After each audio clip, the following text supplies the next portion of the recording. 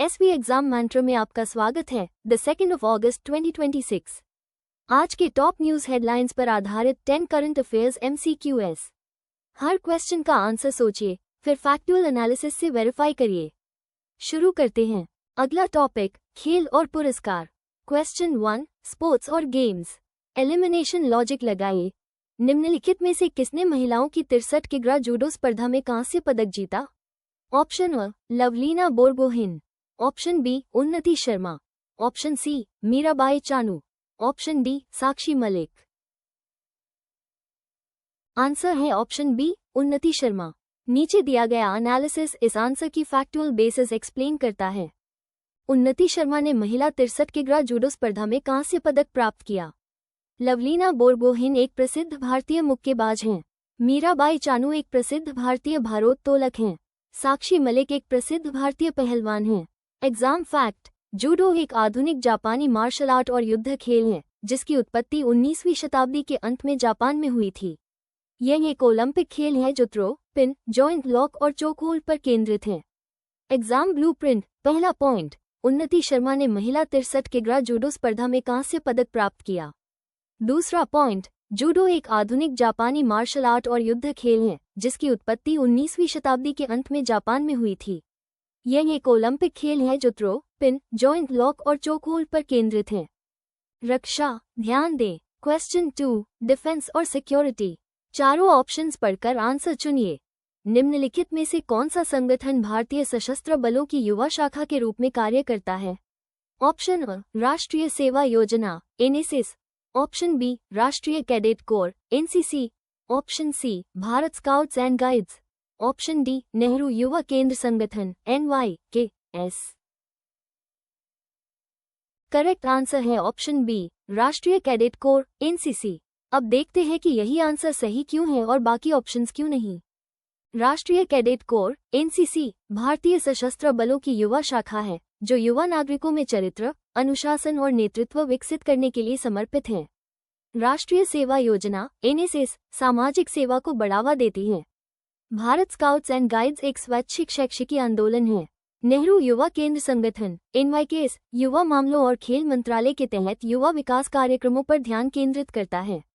Exam fact, राष्ट्रीय cadet corps NCC भारतीय सशस्त्र बलों की युवा शाखा है जो युवा नागरिकों में चरित्र, अनुशासन और नेतृत्व विकसित करने के लिए समर्पित है। Exam blueprint. पहला पॉइंट, राष्ट्रीय कैडेट कोर NCC भारतीय सशस्त्र बलों की युवा शाखा है जो युवा नागरिकों में चरित्र, अनुशासन और नेतृत्व विकसित करने के लिए समर्पित है।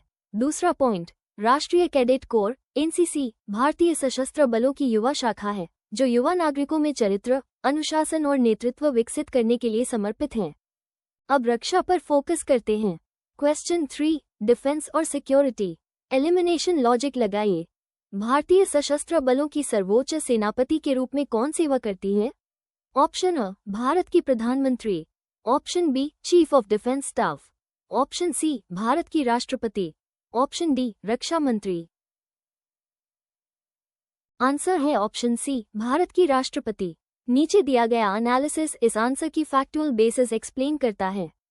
भारत के राष्ट्रपति को संवैधानिक रूप से भारतीय सशस्त्र बलों के सर्वोच्च कमांडर के रूप में नामित किया गया है जो उनके प्रतीकात्मक और औपचारिक प्रमुखता को दर्शाता है। प्रधानमंत्री सरकार के प्रमुख हैं। चीफ ऑफ डिफेंस स्टाफ सर्वोच्च वर्दीधारी सैन्य अधिकारी हैं। रक्षा मंत्री रक्षा मंत्रालय के प्रमुख हैं। एग्जाम फैक्ट, ये पद सेना पर नागरिक नियंत्रण सुनिश्चित करता है और राष्ट्रपति की भूमिका को राज्य के औपचारिक प्रमुख के रूप में उजागर करता है। राष्ट्रपति भारतीय थल सेना, नौसेना और वायुसेना के चीफ ऑफ स्टाफ की नियुक्ति के लिए भी जिम्मेदार हैं। Exam blueprint. पहला पॉइंट, भारत के राष्ट्रपति को संवैधानिक रूप से भारतीय सशस्त्र बलों के सर्वोच्च कमांडर के रूप में नामित किया गया है जो उनके प्रतीकात्मक और औपचारिक प्रमुखता को दर्शाता है। दूसरा पॉइंट, ये पद सेना पर नागरिक नियंत्रण सुनिश्चित करता है और राष्ट्रपति की भूमिका को राज्य के औपचारिक प्रमुख के रूप में उजागर करता है। राष्ट्रपति भारतीय थल सेना, नौसेना और वायुसेना के चीफ ऑफ स्टाफ की नियुक्ति के लिए भी जिम्मेदार हैं। टॉपिक चेंज, सरकारी योजना। क्वेश्चन 4, गवर्नमेंट स्कीम्स और पॉलिसीज। चारों ऑप्शंस पढ़कर आंसर चुनिए। नशा मुक्त युवा फॉर विकसित भारत संकल्प अभियान किसने शुरू किया? Option A, Amit Shah. Option B, Narendra Modi. Option C Rajnath Singh, option D Jagdeep Dhankhar. Correct answer है ऑप्शन बी नरेंद्र मोदी। अब देखते हैं कि यही आंसर सही क्यों है और बाकी ऑप्शंस क्यों नहीं। भारत के प्रधानमंत्री नरेंद्र मोदी ने नशा मुक्त युवा फॉर विकसित भारत संकल्प अभियान का शुभारंभ किया। अमित शाह केंद्रीय गृह मंत्री और सहकारिता मंत्री हैं। राजनाथ सिंह केंद्रीय रक्षा मंत्री हैं। जगदीप धनखड़ भारत के वर्तमान उपराष्ट्रपति हैं। एग्जाम फैक्ट: नशा मुक्त भारत अभियान 2020 में शुरू किया गया एक प्रमुख कार्यक्रम है जिसका उद्देश्य पूरे भारत में नशीली दवाओं के दुरुपयोग से निपटना है। विकसित भारत संकल्प अभियान प्रमुख सरकारी योजनाओं के संतृप्ति कवरेज को सुनिश्चित करने के लिए एक व्यापक सरकारी पहल है। एग्जाम ब्लूप्रिंट: पहला पॉइंट, भारत के प्रधानमंत्री नरेंद्र मोदी ने नशा मुक्त युवा फॉर विकसित भारत संकल्प अभियान का शुभारंभ किया। दूसरा पॉइंट, नशा मुक्त भारत अभियान 2020 में शुरू किया गया एक प्रमुख कार्यक्रम है जिसका उद्देश्य पूरे भारत में नशीली दवाओं के दुरुपयोग से निपटना है। विकसित भारत संकल्प अभियान प्रमुख सरकारी योजनाओं के संतृप्ति कवरेज को सुनिश्चित करने के लिए एक व्यापक सरकारी पहल है। 5 सेकंड्स रुकिए, अभी कमेंट में क्वेश्चन 4 का अपना आंसर लिखिए। देखिए इस सेशन में कितने एस्पिरेंट्स आपसे आगे हैं और कितने पीछे। अब राजव्यवस्था की ओर। क्वेश्चन 5, इंडियन पॉलिटी और कॉन्स्टिट्यूशन।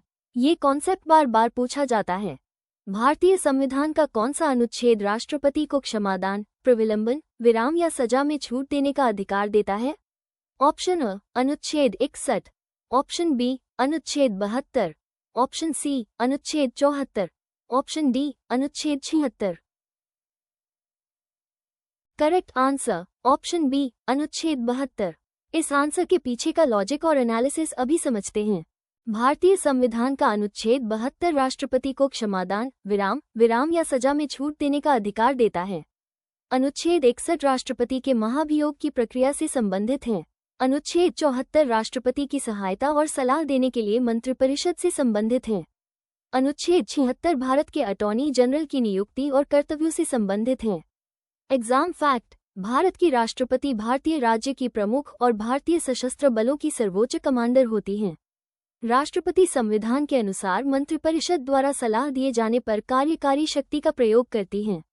एग्जाम ब्लूप्रिंट: पहला पॉइंट, भारतीय संविधान का अनुच्छेद 72 राष्ट्रपति को क्षमादान, विराम या सजा में छूट देने का अधिकार देता है।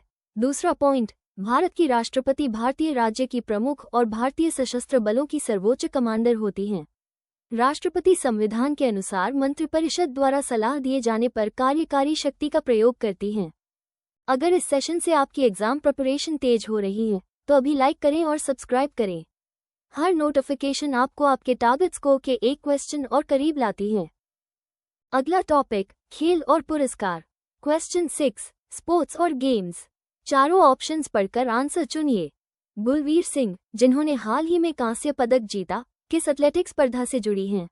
ऑप्शन अ पुरुषों की 1500 मीटर दौड़, ऑप्शन बी पुरुषों की 5000 मीटर दौड़, ऑप्शन सी पुरुषों की 10,000 मीटर दौड़, ऑप्शन डी पुरुषों की मैराथन।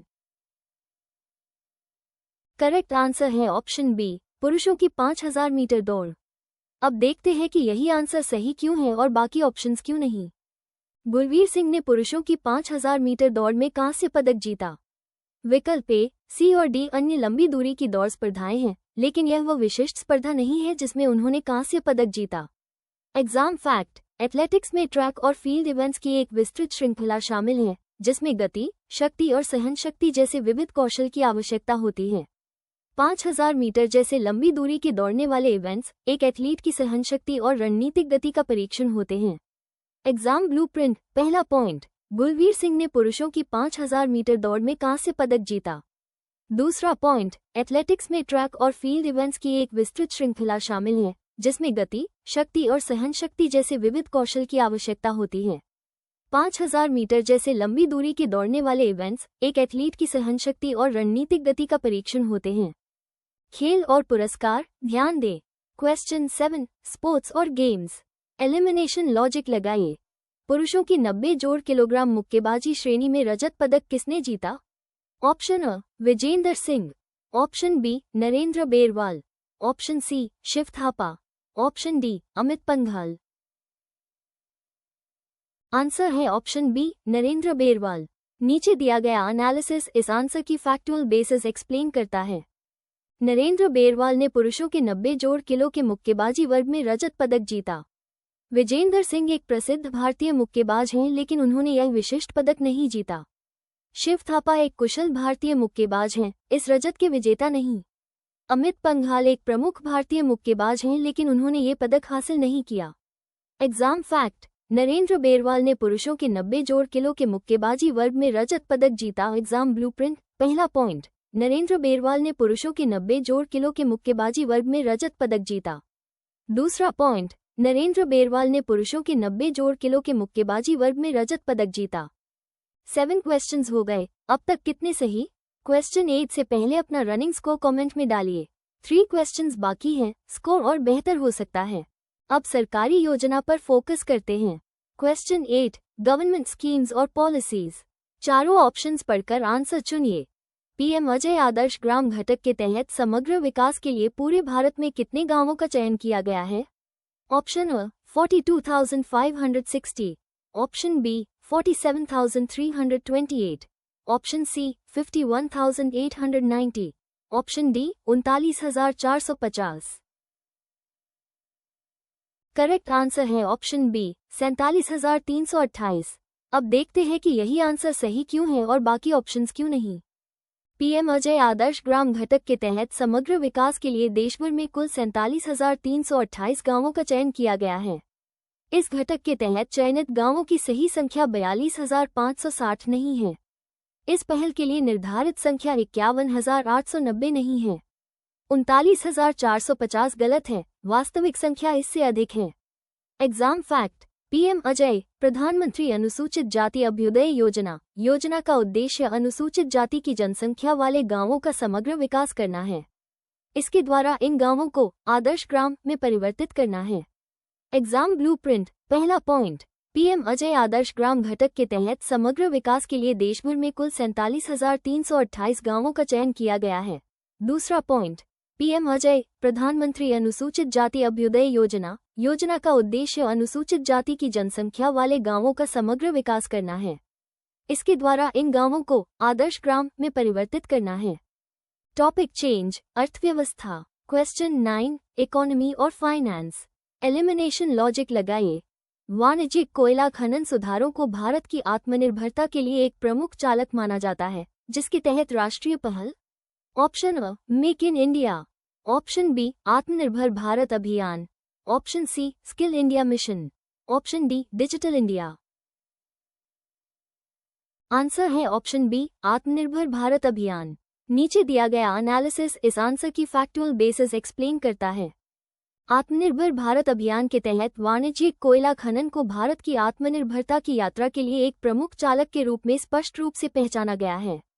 इस पहल का उद्देश्य घरेलू उत्पादन को बढ़ावा देना और आयात निर्भरता को कम करना है।